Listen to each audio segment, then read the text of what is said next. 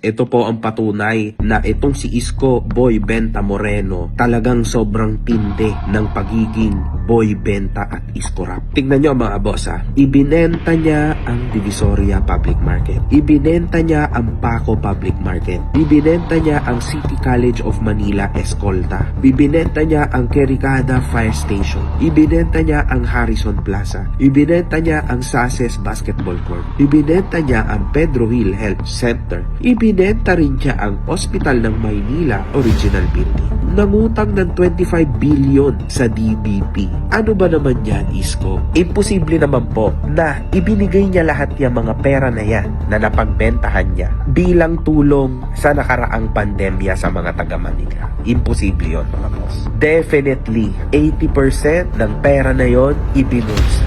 Pagkatapos, mga boss, pagkabulsa, yan ang ginagamit niya or ginamit niya nung siya ay tumakbo bilang presidente. Natalo. Walang problema doon. Meron pa namang natira doon.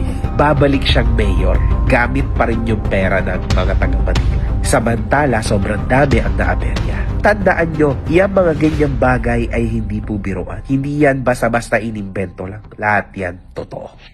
Ganon yan. Ano yan? Tudyok ba yan? Sino bang nagturo sa inyo yan?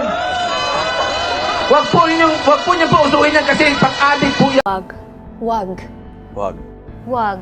Wag. Wag. Huwag mong subukan. Masisira ang buhay mo.